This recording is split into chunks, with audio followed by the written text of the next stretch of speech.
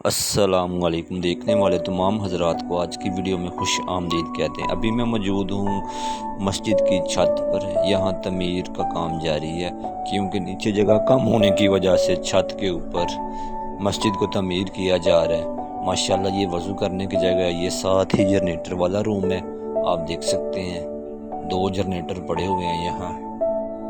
माशाल्लाह दीवारें कंप्लीट हो चुकी हैं। आज शटरिंग का काम हो रहा है। शटरिंग आज कंप्लीट हो जाएगी और इंशाल्लाह कल को लेंटर डाला जाएगा।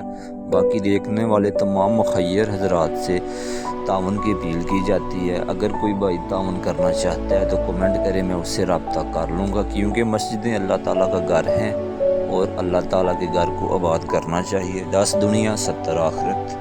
वीडियो देखने के लिए शुक्रिया। मिलते हैं इंशाल्लाह नेक्स्ट वीडियो में। अपना ख्याल रखिएगा। अल्लाह हाफिज़।